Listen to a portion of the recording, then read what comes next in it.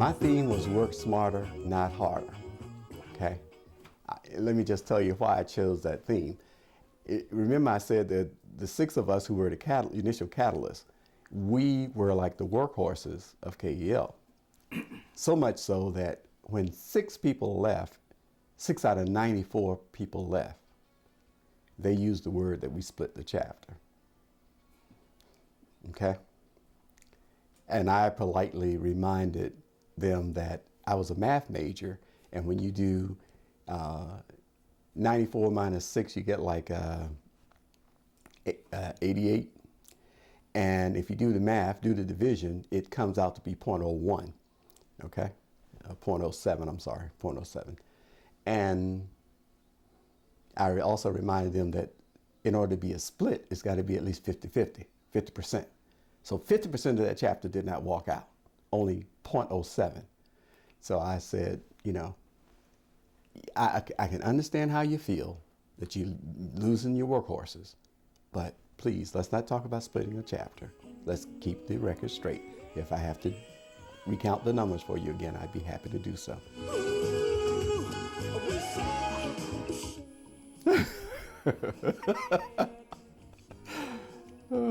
My biggest challenge was me. I was stubborn, I was irritable, but I had to put on a smile. I had to be pleasant. I had to take things I would not normally have taken, but all in the name of the fraternity. So my biggest challenge was me. I had to go to Keith for counseling. I had to go to people like Paul for counseling. I had like a miniature cabinet where I could go and actually let it all out with certain people. Not everybody, but with certain people, I could go to them and let it all out, you know, after the meeting was over, you know. That's when you said your Hail Marys. You know, you sit there, you say that, you want to say, you know, I can't believe so-and-so did so-and-so, you know, but that was after the meeting.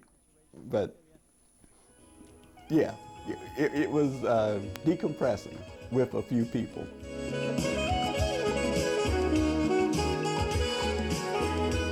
It's a lot more in you than you think is in you. And that's what I learned, because I don't want to say I was not prepared to be president. I wasn't prepared. It was a learning experience. It was an on-the-job training. And it was actually a whole bunch of people supporting me in emotionally, physically, the whole thing. They were there. You know, the part about surrounding the brother, you know, that was there. I mean, everyone knew I was trying to do my best, and they sort of just fell in line and said, okay, good. You're trying to do, we're going to help. And when the rest of the brothers just came into play, it was an extra boost to make things a little bit easier, no matter how difficult it really was. And I kept trying to say, with the motto that I had, work smarter, not harder. You know, we were doing 2 and 3 different activities a day on a given Saturday, because we didn't need everybody at one thing. You know, I'll give you an example. You know, Keith mentioned that we ended up in Charles County delivering a basket, and it was at least 7 or 8 cars of us, all going to the same house. We left around 10 o'clock and did not get back until 5 o'clock in the afternoon. That came close to breaking my spirit, okay? I was very angry about that. I was like, this is a waste of time. From that point on, we never did that again. We broke up the basket delivery in smaller groups, and everybody went to wherever they had to go at the same time, and we all came back to the central point. So that what took that 7 or 8 hours that day, we could accomplish in an hour, hour and a half, or 2 hours. Well, It began to, it went down to 2, and then we are now at a point where we deliver baskets in less than an hour. That's progress, and that's what the chapter is supposed to be about.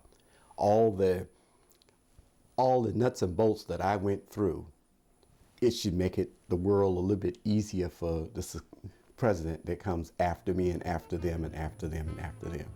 Never going to be easy, but it should get a little better.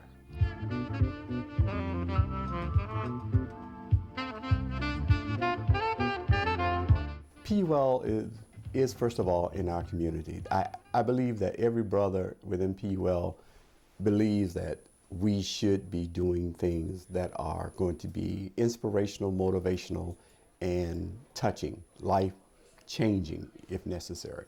So first of all, service of all, yes, almost the same thing. We have an obligation to mankind because that's part of our mission statement. So, and even more so when you break down the organizational structure, it talks in terms of within your community.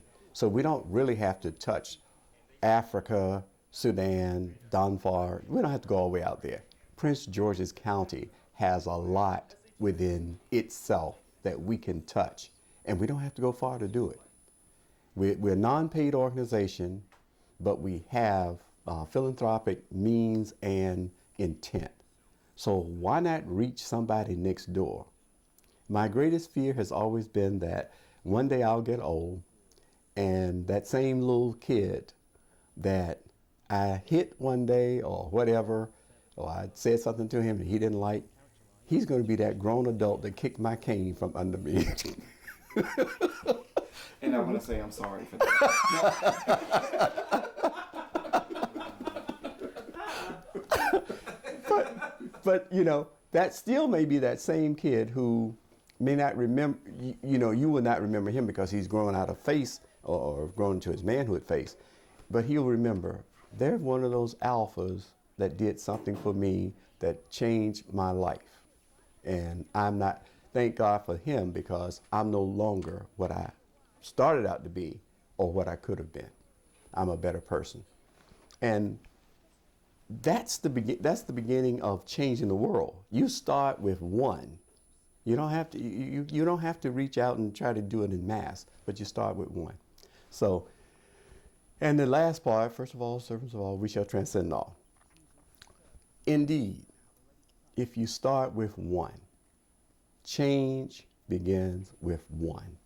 And if we change one, if we change the mindset of one, it's quite likely that we will have an indelible impact upon the rest of the world. So start with Prince George's County and let that expand.